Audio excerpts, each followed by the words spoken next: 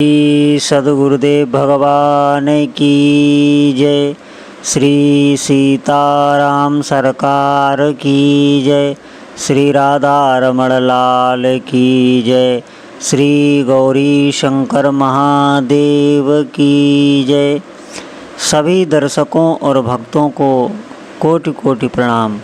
सबको प्रेम भरा जय जय श्री राधे, जय जय श्री सीताराम। सभी दर्शकों और भक्तों से प्रार्थना है, निवेदन है, ये सत्संग बहुत ही महत्वपूर्ण है और सभी साधक बहुत ही ध्यान से सुनेंगे। एक ऐसी प्रार्थना, मात्र 10 मिनट की ये प्रार्थना है और आपको अपने इष्ट देव के लिए सोचना है।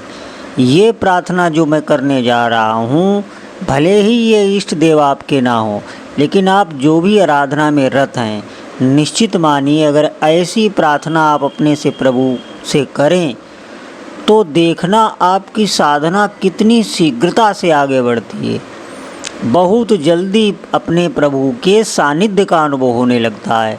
बहुत ही ध्यानपूर्वक इस प्रार्थना को पढ़ेंगे।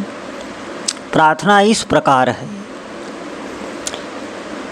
हे प्रभु, तुमसे किस मुख से कहूँ कि मुझे ऐसा जीवन प्रदान करो।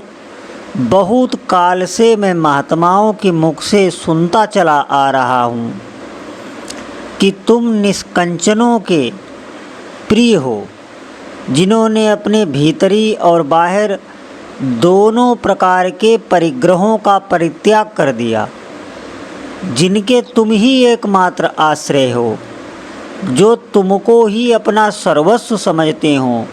उन्हीं एक निष्ठ भक्तों के हृदय में आकर तुम विराजमान होते हो। उन्हीं के जीवन को असली जीवन बना देते हो। उन्हीं के तुम प्यारे हो और वे तुम्हें प्यारे हैं। हे प्रभु, इस पामर प्राणी से तुम कैसे प्यार कर सकोगे? यह कैसे कहूँ, बनावटी नहीं कहता, किंतु तुम तो अंतर्यामी हो, तुमसे कोई बात छिपी नहीं है। इस अधम का तो तुम्हारे प्रति तनिक भी आकर्षण नहीं है। रोज सुनता हूँ कि तुमने उसके ऊपर कृपा की, तुमने इसके ऊपर कृपा की, उसको दर्शन दिए, इसको दर्शन दिए। इन प्रसंगों को सुनकर मुझे अधीर हो जाना चाहिए, किंतु हे कृपालु, अधीर होना तो अलग रहा, मुझे तो विश्वास तक नहीं होता इन बातों पर कि ऐसा हुआ भी होगा। बहुत चाहता हूँ कि तुम्हारा स्मरण करूँ, मन में तुम्हें छोड़कर दूसरा विचार ही ना उठे। कान तुम्हारे गुण कीर्तनों के अतिरिक्त दूसरी संसारिक बातें सुने ही नहीं। जीभ निरंतर तुम्हारे ही नाम का पान करे। नेत्रों के सम्मुख तुम्हारी ही वही ललित त्रिभंगी युक्त बांकी छटा हमेशा नृत्य करती रहे। पैरों से तुम्हारी प्रदक्षिणा करूं, हाथों से तुम्हारी पूजा अर्चना करूं और हृदय में तुम्हारी मनोहर मूर्ति को धारण किए रहूं। लेकिन हे प्रभु, ऐसा एक क्षण के लिए नहीं होता है। मन न जाने क्या ऊल तमूल सोचता रहता है। जब कभी स्मरण आता है तो मन को बार बार धिक्कारता हूँ। अरे नीच, न जाने तू क्या क्या व्यर्थ की बातें सोचता रहता है। अरे उन मनमोहन की छवि का चिंतन कर, जिसके बाद फिर कोई चिंतनीय चीज़ शेष ही नहीं रह जाती। किंतु हे नाथ, वह मेरी सीख को सुनता ही नहीं। न जाने कितने दिन से यह इन शरीरों के बारे में ही सोचता रहता है। विषयों के चिंतन से या ऐसा विस्मय बन गया है कि तुम्हारी ओर आते ही इसे भय लगने लगता है और आगे बढ़ना तो अलग रहा, 4 कदम और पीछे हट जाता है। कैसे करूँ नाथ? अनेक उपाय किए, अपने करने योग्य साधन जहाँ तक कर सका सब किए, किंतु इस पर कुछ भी असर नहीं हुआ। हो भी इस पर कैसे? इसकी डोरी तो तुम्हारे हाथ में है। तुमने तो इसकी डोरी ढीली छोड़ दी है। यदि तुम्हारा जरा भी इशारा हो जाता तो फिर इसकी क्या मजाल जो ये इधर उधर तनिक भी जा सकता। मेरे साधनों से यह बस में नहीं हो पाएगा, ऐसी मुझे आशा नहीं। तुम ही इस पर बरजो, तब काम चलेगा। मैं हार्यो करी जतन बहुत विधि, अतिशय प्रबल अजय। तुलसीदास बस होई तबहि, जब प्रेरक प्रभु बरजे।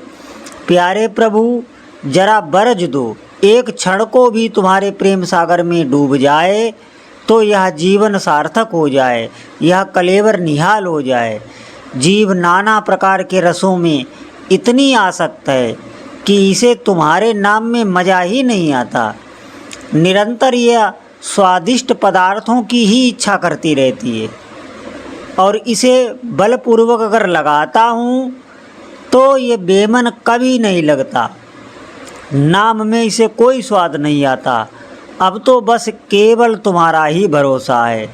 तुम्हारे प्रति अनुराग नहीं, विषयों से वैराग्य नहीं, जीवन में कोई भी त्याग नहीं। जीवन क्या है, पूरा जंजाल बना हुआ है। चाहता हूँ कि अनन्य होकर तुम्हारा चिंतन करूँ, नहीं कर सकता। इच्छा होती है जीवन में यथार्थ त्याग हो, नहीं होता। सोचता हूँ संसार से उपराम हो जाऊँ, नहीं हो सकता। परिग्रह से, संग्रह से जितना दूर होने की इच्छा करता हूँ, उतना ही अधिक संग्रही बनता जाता हूँ। तुम्हारे चरणों से दूर होने से ऐसा होना निश्चित है। शरीर को सुखाया, तितिक्षा का ढोंग रचा, ध्यान जप योग आसन सभी तरफ मन को लगाया, किंतु तुम्हारी यथार्थता का पता नहीं चला। तुम्हारे प्रेम में कभी पागल न बन सका। हिर फिरकर फिर वही संसार भांति भांति के रूप रखकर सामने आ जाता है। तुम छिपे ही रहते हो। अपने ऊपर अब विश्वास नहीं रहा। यह शरीर रोगों का अड्डा बन गया। नेत्रों की ज्योति अभी से क्षीण होने लगी, दांत खोखले होने लगे, पाचन शक्ति कमज़ोर हो गई। वायु के प्रकोप से शरीर के सभी अवयव अब वेदनामय हो गए, क्लेश देने लगे। फिर भी यथार्थ जीवन लाभ नहीं कर सका। अब सब तरफ से हार कर बैठ गया हूँ।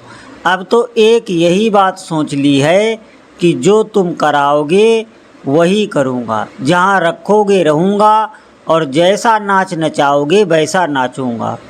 तो भी प्यारे, इस जीवन में एक ही साध है, और वह साध अंत तक बनी रहे। एक बार सबको भूलकर तुम्हारे चरणों में पागल की भांति लोटपोट हो जाऊं, यही एक मेरी हार्दिक वासना है। ये सभी सांसारिक वासनाएं जब क्षय हो जाएंगी, जब एकमात्र तुम ही याद आते रहोगे, सोते जागते आठों पहर तुम्हारी मनोहर मुरली की मीठी मीठी ध्वनि ही सुनाई देती रहेगी। तुम्हारी उस मंद मंद मुस्कान में ही चित्त सदा गोते लगाता रहेगा, और मैं सभी प्रकार से लज्जा, संकोच तथा भय को त्याग कर पागलों का सा नृत्य करता रहूँगा। तब यह जीवन धन्य हो जाएगा, यह शरीर सार्थक हो जाएगा।